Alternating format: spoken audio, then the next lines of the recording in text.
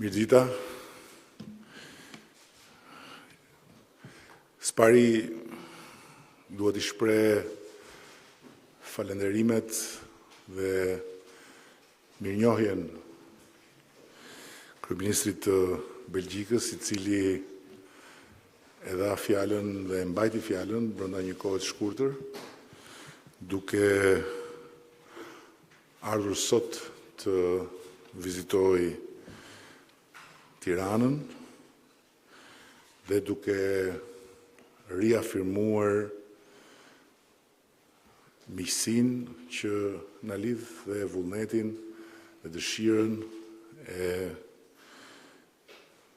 vendit që ai udhëheq për të forcuar marrëdhëniet me Shqipërinë.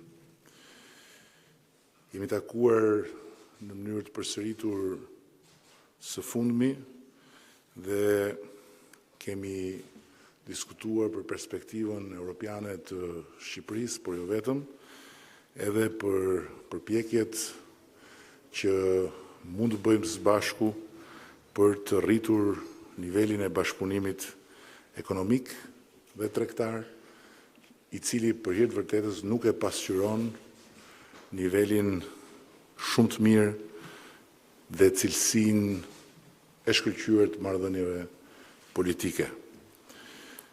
Natyrisht që sot biseda u përqendrua edhe si herët e tjera tek progresi I bërë në adresimin e prioriteteve kryesore që e lidhin Shqipërinë me destinacionin europian dhe diskutuam dhe për raportin dhe rekomandimin pozitiv pa kushte të Komisionit Europian.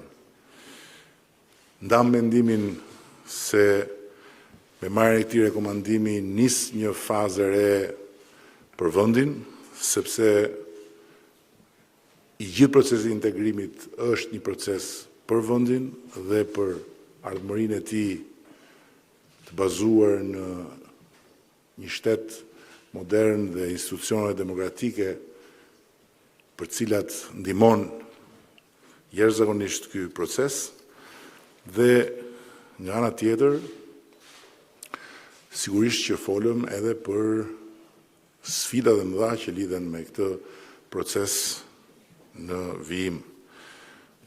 Ashtu sikundër e kam falenderuar edhe drejt për drejt gjatë bisedave dhe edhe sot kryeministri Michel për mbështetjen e tij të vazhdueshme, inkurajimet e tij të vazhdueshme dhe për gjithë mbështetjen që vendi i tij i jep Shqipërisë dhe qëndrimin ndaj procesit të zgjerimit në tërësi, dua që ta falenderoj edhe publikisht.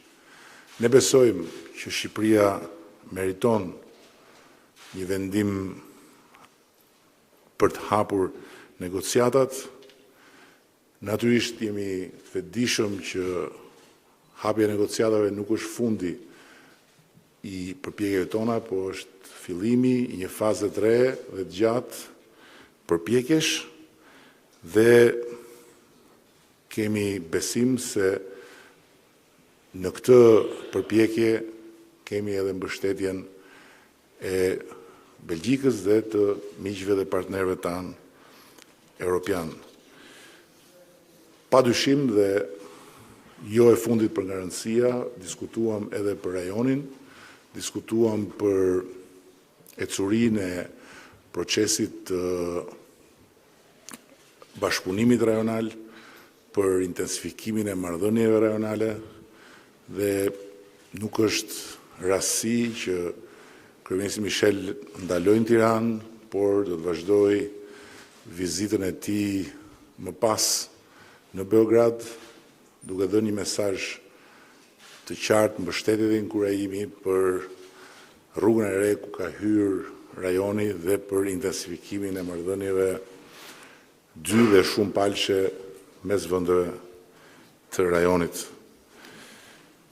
Duke falenderuar edhe një herë shumë përzemërsisht i dashur mik dhe duke shpresuar që herën tjetër vizita do të jetë më e gjatë, sepse Shqipëria sot ju ka pritur në një ditë me diell në Tiranë, po është e vogël për shumë më e madhe se Tirana dhe ka shumë gjëra për të parë dhe për të shijuar. Kam kënaqësinë të kaloj fjalën.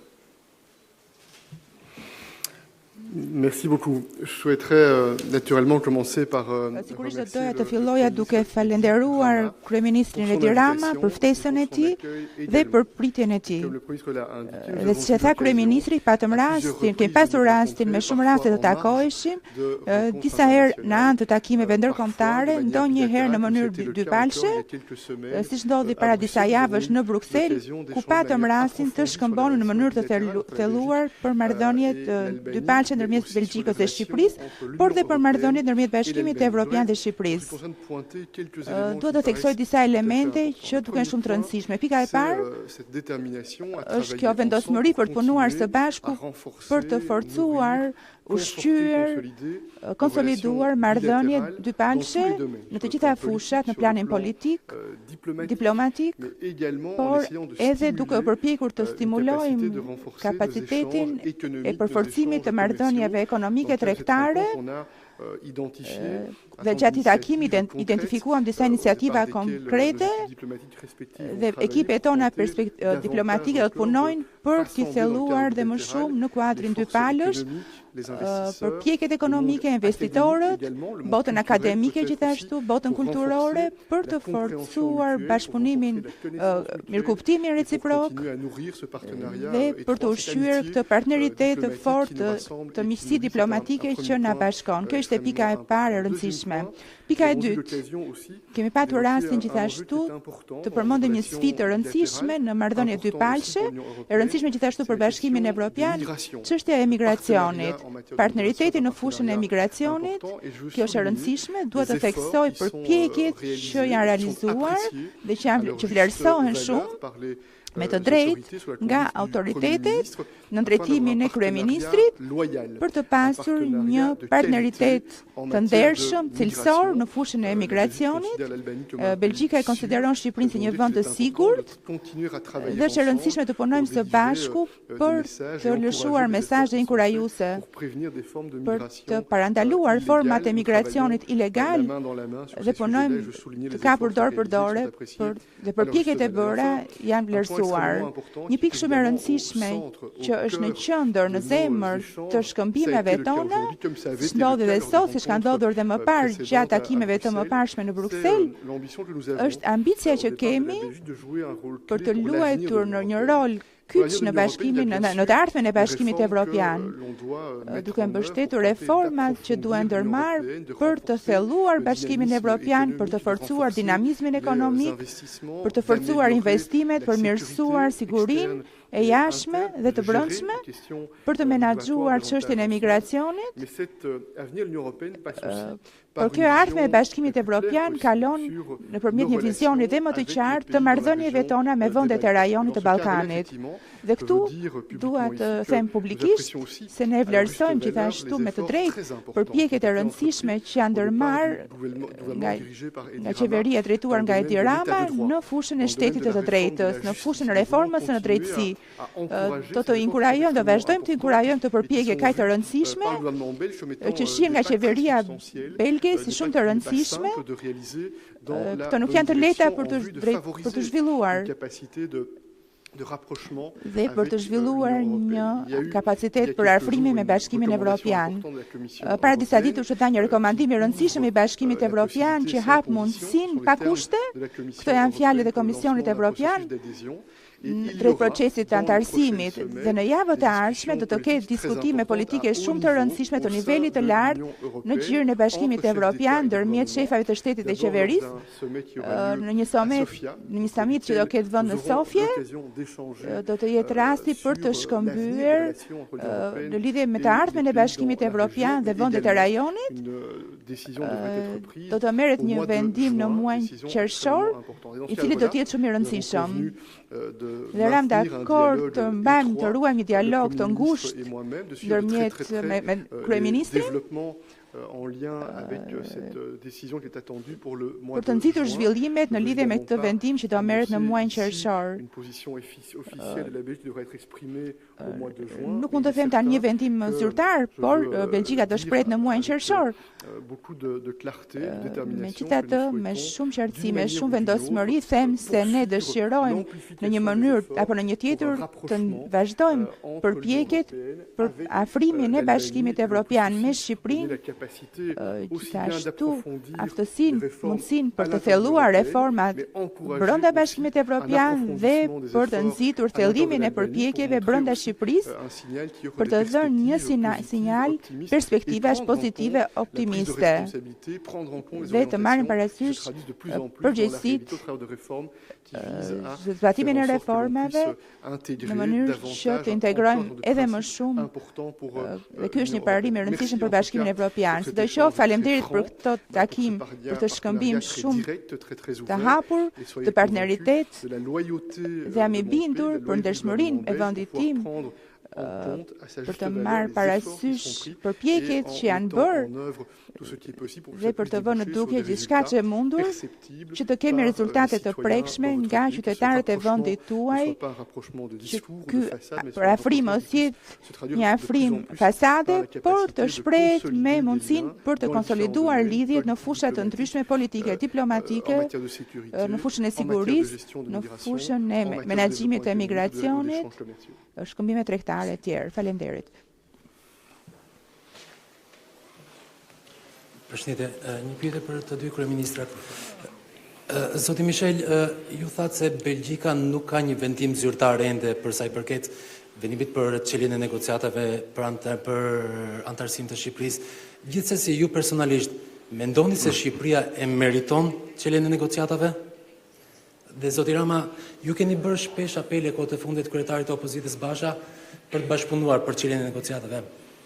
A do të ishit ju dakord se jo të merrnit një tur të përbashkët me zotin Basha në kancelarit kryesore të BE-s pikërisht për negociatat? Faleminderit. Sur le premier point, vizita ime sot në Shqipëri nuk është një rastësi. E pranova me kënaqësi ftesën që mu bë, sigurisht për të dhënë një sinjal nga ana e Bashkimit Evropian, një sinjal miqësie, një sinjal respekti, vlerësimi për përpjekjet e rëndësishme që janë kryer. Dhe njëkohësisht, siç u tregua nga zoti Rama, është e rëndësishme që fillimi i një procesi antarësimi nuk është pika e mbërritjes, është vetëm fillimi, mundësia për të nxitur përpjekje të tjera, reforma shtesë, dhe ky afrim duhet të konkretizohet hap pas hapi. Dhe në procesin e vendimarrjes në gjirin e Bashkimit Evropian duhet të respektoj kalendarin e përcaktuar. Nuk mund ta vë qerrën përpara kaut. Pra, është në fillim mbledhja e shefave të qeverive të antarëve të vendeve anëtare të Bashkimit Evropian, pastaj kjo pikë do vendoset në rendin e ditës në një mbledhje zyrtare dhe në atë moment do të komunikoj vendimin e Belgjikës, por megjithatë duhet të jem do të jap rreth kryesës së Bashkimit Evropian një mesazh vullneti, një mbështetje të përpjekjeve dhe do të kemi rastin të vazhdojmë rregullisht të dialog politik me kryeministrin, sepse unë bëj pjesë në ata që mendojnë se duhen njohur përpjekjet e kryera, duhen nxitur këto përpjekje dhe mos kërkojnë përpjekje pa pasur vijim, pa u ndjekur vijimi i këtyre përpjekjeve me rezultate të dukshme. Ju e dini që unë nuk flas asnjëherë për opozitën në gjuhë huaj, kështu që përgjigjja ime shumë shkurt është që pyetja juaj s'ka nevojë për përgjigje, pasi patjetër do të ishte vërtet një gjë shumë e vlefshme nëse ajo do të ndodhte.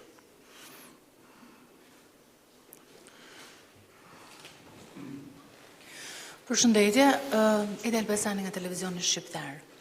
U fol për në terma konkret, sa i takon disa zhvillimeve në bashkëpunimin në tregun ekonomik, në aspektin akademik dhe kulturor. A mund të kemi diçka, një informacion më shumë sa i takon këtyre projekteve dhe me hapen e negociatave në qershor, si e shikon qeveria jonë, si e shihni ju zhvillimin ekonomik të Shqipërisë, me çfarë mundësish të shtuara?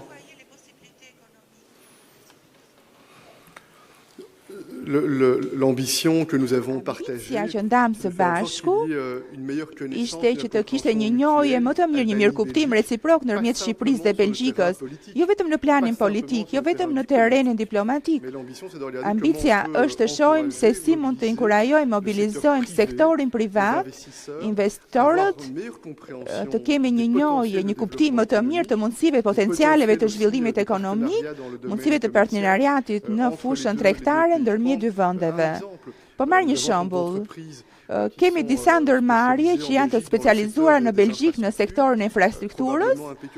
Ndoshta një vend si Shqipëria ka ambicie zhvillimi të sektorit turistik, që është një mënyrë për të forcuar gjithashtu zhvillimin ekonomik, për të stimuluar investimet, për krijimin e vendeve të punës dhe një mbështetje në planin social, dhe ndoshta mundësia të nxitet Shqipëria për të tërhequr dhe më shumë turistë nga Belgjika apo vendet e Bashkimit Evropian. Kjo do të ndihmonte një njohje më të mirë të këtij vendi dhe kjo do të ndihmojë për të favorizuar afrimin me Bashkimin Evropian në mënyrë të pakthyeshme. Pra ja një rast konkret ku ne menduam të kërkojmë ekipe diplomatike të punojnë, të organizojnë takime, mbledhje me përgjegjësit në ministri për të parë mundësitë për të vendosur prioritetet në fushën e investimeve, duke mbledhur Federatën e Investitorëve të Belgjikës që mund të ndërmarrin aktivitete. Kjo mbledhje mund të organizohet në Bruksel, mund të organizohet këtu, por gjithsesi të organizohet një proces që do të nxjisë investimet dhe shkëmbimet ekonomike. Me të njëjtin arsyetim në fushën kulturore, në fushën universitare, në fushën e shkëmbimit të studentëve. Kjo gjithashtu është një mënyrë për të konsoliduar në mënyrë afatgjate të pakthyeshme lidhjet ndërmjet dy popujve tanë, ndërmjet vendeve tona, ja pika shumë konkrete që janë menduar. Dhe kemi dhënë udhëzime misioneve diplomatike që të punojnë për të mbledhur propozime dhe në muajt e ardhshëm dhe javët e ardhshme. La réponse est très simple. Çelja e negociatave është një proces i cili e fut vendin në një fazë tjetër sfida shumë të mëdha, për të quar përpara reformat, për të treguar seriozitet në zbatimin e reformave dhe patjetër I jep vendit një status tjetër edhe në sytë e investitorëve të huaj, edhe në sytë e vizitorëve të huaj. Ne kemi folur për atë çka mund të bëjmë së bashku në rastin e marrëdhënieve me Belgjikën për të sjell shumë më tepër turist dhe po ashtu për të interesuar më tepër investitor potencial në sektorin e turizmit, duke parë edhe një trend jashtëzakonisht inkurajues por dhe sfidues rritje të numrit të turistëve, po edhe në fusha tjera e njëjta gjë dhe është fakt që tregon historia e procesit të integrimit se vendet që kanë hapur negociatat kanë hyrë në një fazë 3 dhe në aspektin e rritjes së interesimit të investitorëve për këto vende. Bonjour, Philippe René, journal Le Soir à Bruxelles. Gazeta Le Soir në Bruxelles, një pyetje për kryeministrin Rama. Zoti kryeministër, dua t'ju pyes nëse deri në vendimin e Bashkimit Evropian të qershorit, ndërkohë vendi juaj a mund të marrin përpjekje shtesë për të bindur vendet antar aktual për të mbështetur rekomandimin dhe në planin e marrëdhënieve në rajon, a nuk është ende vendi për të saktësuar një herë e mirë se ëndrat e disave për një Shqipëri të madhe, një afrim me Kosovën, duhen më njanuar përfundimisht. Para së gjithash, dua të theksoj me forcë se ka vetëm një gjë të madhe në të ardhmen e të Shqipërisë dhe të shqiptarëve, është Evropa e madhe me shqiptarët brenda. Qofshin shqiptarët e Shqipërisë apo të Kosovës, apo shqiptarët e të gjithë rajonit në vendet e tjera ku ata jetojnë. Së dyti, do të thoja që për ne nuk është një çështje për të mbyllur, nuk bëhet fjalë që të mbyllemi apo të marrim frymë të lehtësuar, sepse jemi shumë të ndërgjegjshëm se ky është një proces që vazhdon dhe do të vazhdojë, sepse është për të mirën e Shqipërisë, është ajo që duhet të bëjmë për fëmijët tanë dhe për brezat e ardhshëm. Reforma dhe procesi i integrimit nuk janë diçka që bëhet sepse Brukseli na e kërkon, sepse janë të tjerët që na e kërkojnë. Janë çështje për jetë apo për vdekje ndërmjet Shqipërisë të shkuarës dhe Shqipërisë të ardhmes. Mund t'ju siguroj se çdo ditë punoj me këtë frymë dhe çdo javë ka gjëra që kryen që ndodhin në Shqipëri. I thash kryeministrit se kemi hyrë në këtë proces të pastrimit të drejtësisë dhe janë 21 gjyqtar dhe prokuror të nivelit të lartë që nuk kanë mundur të kalojnë vetingun dhe kjo është një demonstrim i një vullneti shumë të fuqishëm për reforma, por dhe për zbatimin e tyre. Por duke thënë këtë, dua të shtoj se jemi shumë të ndërgjegjshëm, se kjo rrugë është e gjatë, sepse duhet që pas pastrimi, duhet që ky sistem të funksionojë dhe të jap shembullin e një funksionimi si në të gjitha vendet evropiane.